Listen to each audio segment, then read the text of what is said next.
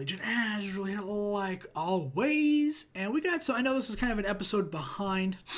We will be checking out Inside episode 5 of Game of Thrones, and episode 6 will be coming out right after that, followed by the behind the scenes episode of episode 6, and then the cast commentary about the Frozen something or other. So that's all that's coming out for Game of Thrones. Check that out. That should all kind of be being uploaded until Sunday. I'm going to try to get it all out before episode 7 comes out. I'm getting all confused with numbers now. I don't know, but let's just get into it, check it out, see what it's all about. Let's hope it's good. I'm so glad to be caught up in Game of Thrones finally. Finally back to where I was. I just watching so much other stuff, been doing so much other things, you don't have time for TV sometimes. So let's just get into it, check it out, see what it's all about again, and hope it's good.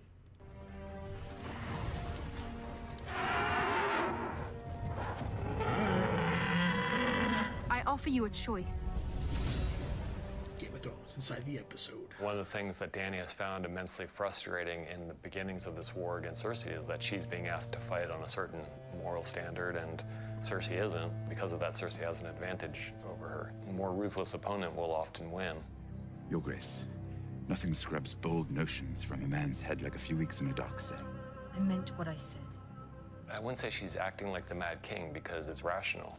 She's giving them a choice, and they choose not to bend the knee to her, and she accepts that choice. And The she Black does Flags exactly guy, what of she told course, them he she'd died in an episode or two. And from her standpoint, she's not acting insane in any way. She's just being tough, which is what she needs to be to win. It That's is one very close to perspective. Mad King. Tyrion has a different perspective, and hopefully people watching it will have their own, and they'll decide for themselves whether they think what she did was just or immoral.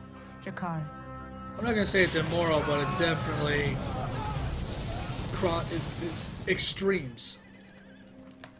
Arya is very used to being more clever and more stealthy and smarter than any of the people she's up against. And she hasn't dealt with Littlefinger for a while, so she gets roped into spying on somebody who's actually leading her by the nose to something that he wants her to have. So good. I found it. Littlefinger. Ladies' dog thanks you for your service. Littlefinger. Looking for a way to prevent this sister bond from developing further, because the tighter that bond is, the more definitively he is caught on the outside of it. On the Sansa end of the relationship, he's seen the opening, and now all he needs to do is give Arya cause to display real rage towards Sansa, and he knows full well that with what's going on in Sansa's head with regards to Arya and how dangerous she is, when Arya starts to act dangerous and act angry, he knows where Sansa's going to turn. How will Jon Snow try to convince people to fight for him against an enemy they've never seen before? Cersei thinks the army of the dead is nothing but a story. What if we prove her wrong?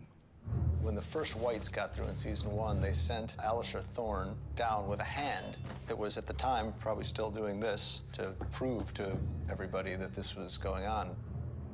By the time this hand got down there, it had rotted away to nothing and stopped doing this. There was the idea that bringing one of these things down south had been put out there before in a way that didn't work, but in theory you could bring one of these things down and have it still functional by the time it gets to King's Landing. That seemed like that would, on a story level, do the trick. The first white I ever saw was brought into Castle Black from beyond the wall. Bring one of these things down to King's Landing and show her the truth. Like many I of these wonder what's gonna situations happen. on the show, the one who figures it out is Tyrion. The only way you're going to prove it to people is to show it to people. And obviously, we can't bring everyone up there, so that means bringing one of them down here. And how would you get into King's Landing? Well, for anybody who knows episode 6. Wasn't sure I'd find you. Thought you might still be rowing. Gendry played an important part in the lives of more than one main character in the show. It wasn't so much a question of whether to bring him back as it was how to bring him back. Given the relationship he had to Davos in season 3, and we ended up with a situation where Davos was the only way Tyrion was going to get to King's Landing to do what he needed to do. We realized that Davos could either be sitting, waiting by the boat, twiddling his thumbs, or he could go and look for the guy who ended up being almost like a surrogate son to him. His role just kind of took shape from there. I'm Robert Baratheon's son, bastard son. He's not going to lie to John about who he is, and especially when telling the truth could help him be a part of things, which is something he's probably wanted very much for the past 3 or 4 years. Sir Davos told me where you're going, Your Grace, and why. Let me come with you. Gendry is a little bit like John. I think it's part of the reason they start to like each other relatively quickly is he just wants to be honest, and he's meeting this young man he's never met before who's quite powerful. He's the king of the North, but also they're both bastard sons of powerful men who are friends of each other. We could use the help. How's that going to go? At the end of 5, where you get the whole With team Khaleesi, together within 2 minutes, his father you tried to realize that assassinate her, right? everybody has a good reason to hate everybody else. It's a real quick enmity ping pong match between them, and you realize that all these guys are going to walk out into the wilds of the North together and try to do something extremely dangerous. Yep.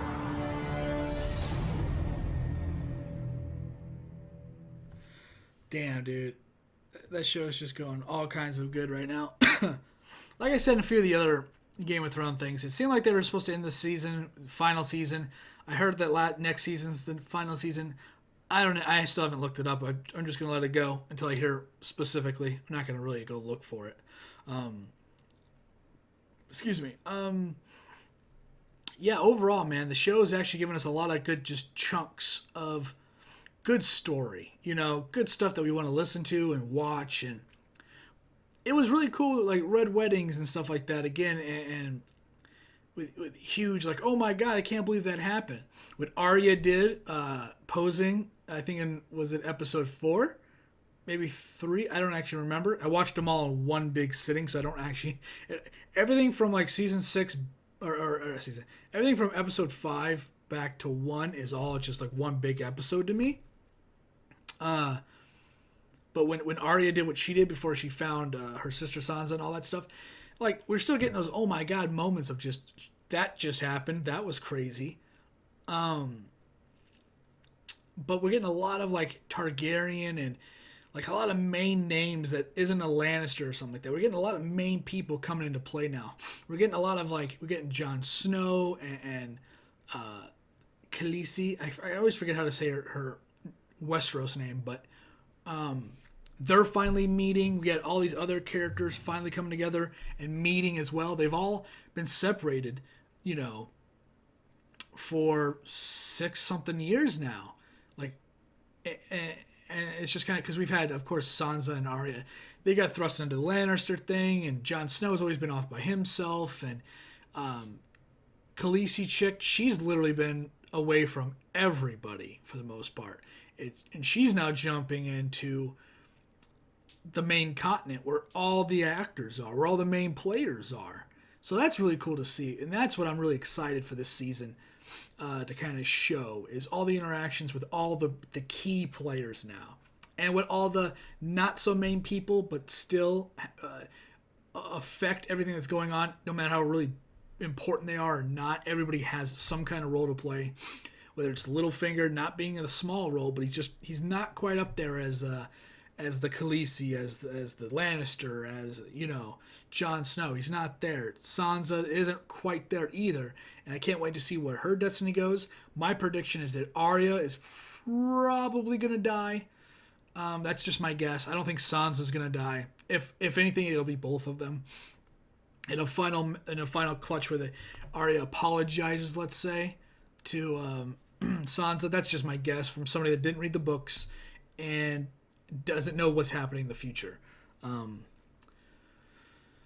I hate Arya. She's just a pompous little shit, you know. She's just a little fucker that is so high, and that's why I liked Littlefinger in the past when he was in the brothel and he was making moves to get bigger, but now he's like playing people at like the higher level. He's not trying to come up anymore. He's not the underdog anymore. He's made it. He's been the person feeding information now to the important people, and his status is risen because of it. And now he's playing the people at the level he's at, pretty much. Littlefinger in a brothel, feeding information to God knows who else. When he back in like season 1 and 2 and whatever. Those were him trying to make it. But now he's at the level of where Sansa is at for the most part. He doesn't have... I believe he's a lord, I think. If I remember correctly, he was made a lord. I think he is. But Sansa is the daughter of, the Warden of the North. And even though she has that lineage, she is not the leader. So she's kind of second fiddle right now, for right now. Littlefinger, I don't think, is at her level, but it's really crazy. Jon Snow being made king of the North, and everything that he's at, even if he wasn't a ruler, and the fact that he's not a ruler, he just shows that he's a badass. He's been fighting the worst enemy, even worse than the Lannisters. So he's a key player, even if no one else knows it. We as the audience know it. The Targaryen, Khaleesi, she's a main player because she has the blood and the desire and the right, whatever, to be the next ruler. The Lannisters, they are smart and they fought to be where they're at. Although they were rich, it was just the rich getting richer. And then there's a lot of other people. There's the brothers, the sisters, and the associates, and the lords, and all that stuff that support these main people, along with maybe some ones I forgot. And I think Arya and Sansa and Littlefinger and a handful of others are all just kind of in this big melting pot where there's so many different levels it's not worth actually naming them all. It's just really just kind of beneficial to put everybody in one big lump and say they're all pretty much the closest they can be, because no one wants 8 different stages of power. So I think that Littlefinger is probably around the same. He's in the same melting pot as Sansa and Arya. I don't know if I was saying Arya. I think I might have been saying Arya, but Arya is what I meant to say, the sister. And now he's playing people that he's kind of in the same league with, which is making him the villain now. He's not somebody, he's not the underdog. He's the villain for the most part. He's trying to, he wants to just, I was going to try to make this as delicate as I could, but he just wants to plow Sansa, or, yeah. I'm like, I forget how to say her name like every time I say it. Because he was in love with her mother and she's the closest thing to the mother.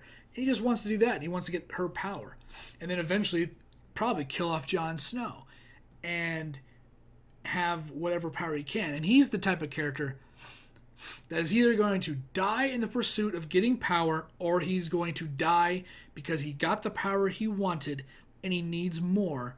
And that will be his downfall, I think, for the most part. Arya will probably be too confident, I'm thinking, and probably die, but maybe not. Sansa, or what, I forgot how to say her name. The redhead that everybody loves. I think she's probably going to come out of this unscathed and be probably the final ruler, or the final power in the North. I think Jon's eventually going to die doing something heroic.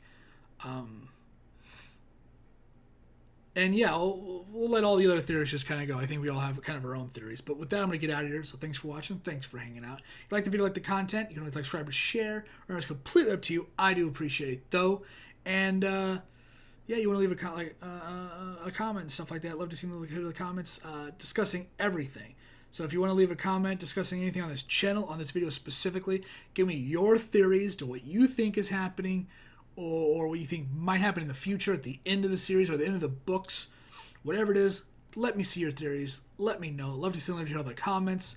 And yeah, man, conspiracy theories in a fake world is always nice than conspiracy theories in a real world. And yeah, I guess with that, I'm going to get out of here. So thanks for watching. Thanks for hanging out. Once again, I'll see you on whatever video I'm doing next. My name is Azrael. Later, guys.